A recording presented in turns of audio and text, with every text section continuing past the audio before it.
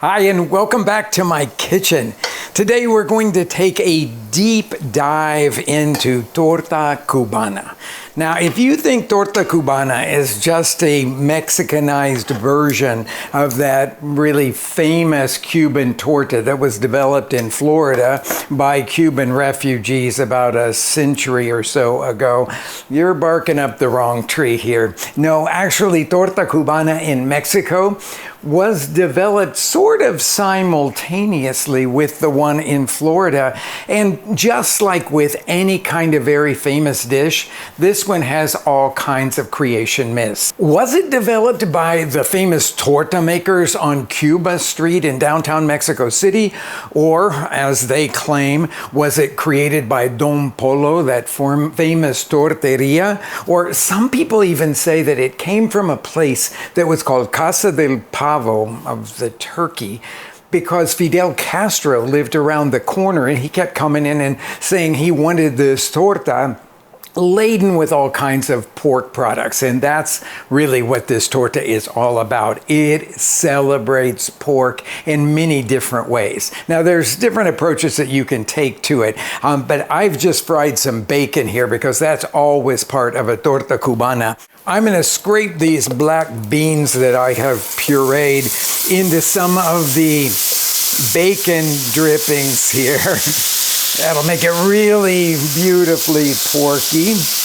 I've showed you a lot of different ways to approach the bean spread that goes on, but today I'm just going to stir this puree for a minute or so with the fat. Think of this as sort of the Mexican butter that might be spread onto a torta. Okay, I'm just going to turn it off there. That will be a good amount of bacon fat mixed with the pureed black beans.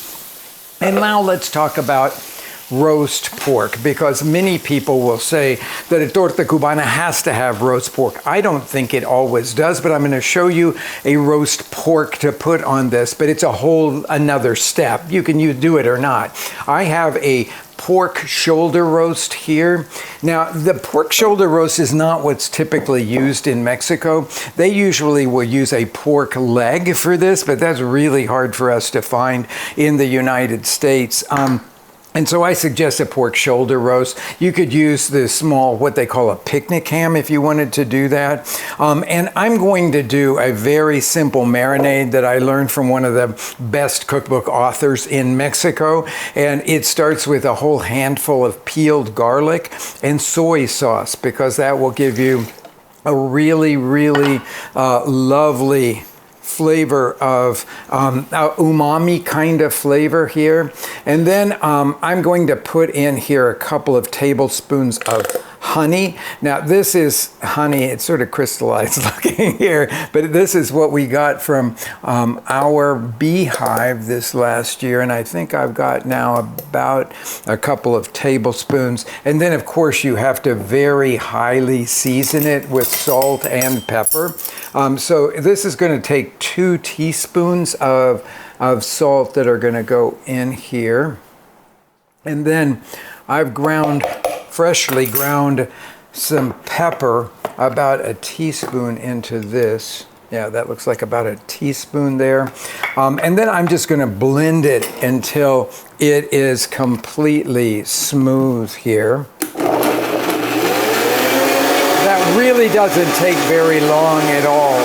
Just blend up all of the garlic cloves. And that should be enough on that one.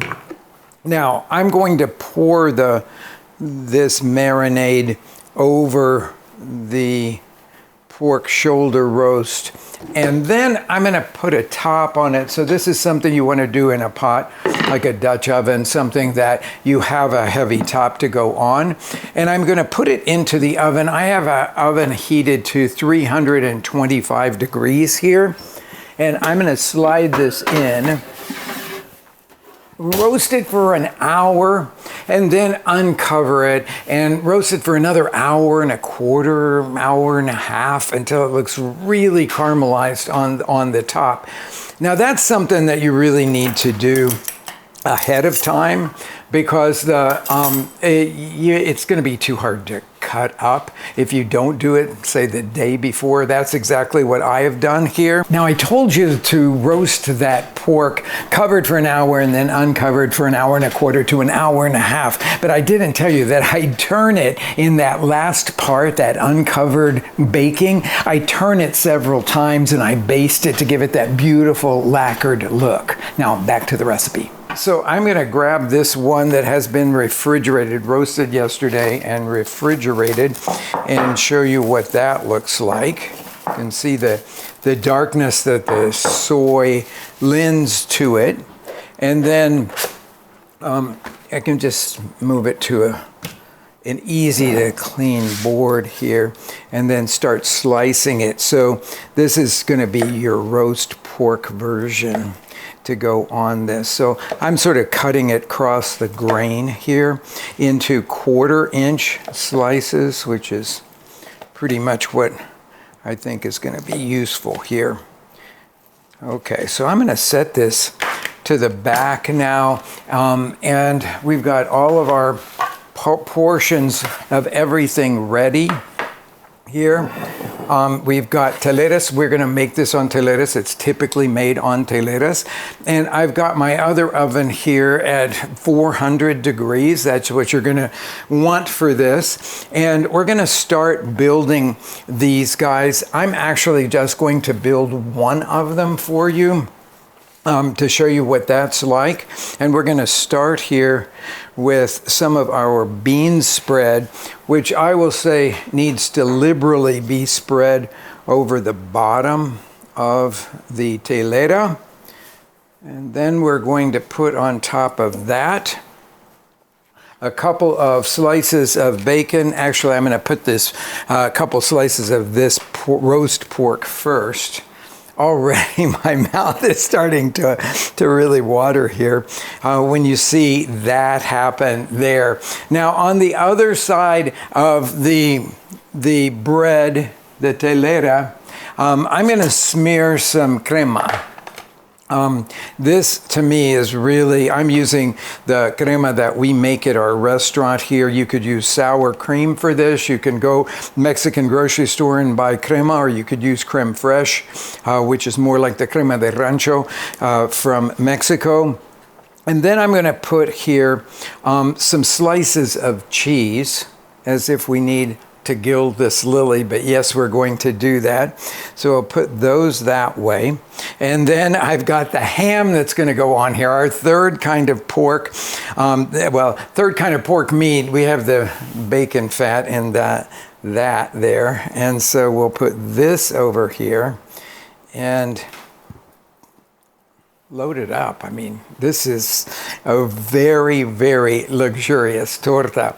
I'll slide this onto a baking sheet and put that into the oven for about 8 minutes. You can see the cheese around the outside. I'm going to look for that to be really melty, but I also want the telera to be really crisp. When you find these being made at most of the torterias, they're working on a big plancha, a big griddle.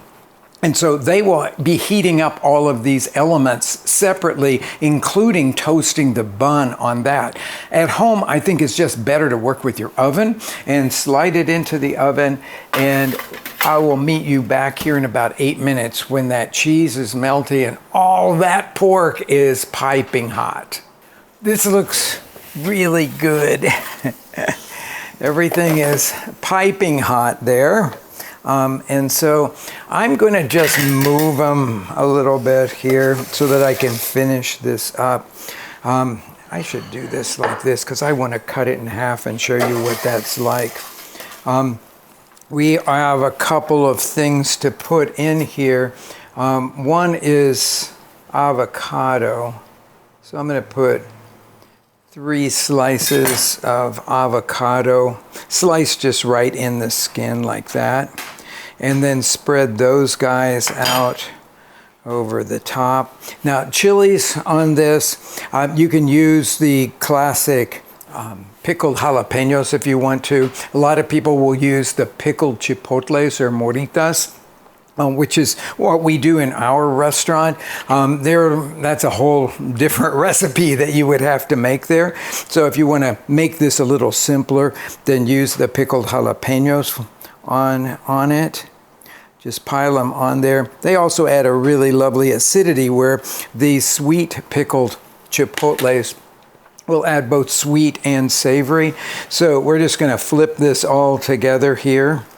And then I'm going to cut it in half. I've got it upside down here like that and show you just how beautiful that looks there. I am not going to spare another moment before I dig into this because this is one of my absolute favorite tortas of all time. But you kind of have to unhinge your jaw to get around it. So I'm just going in.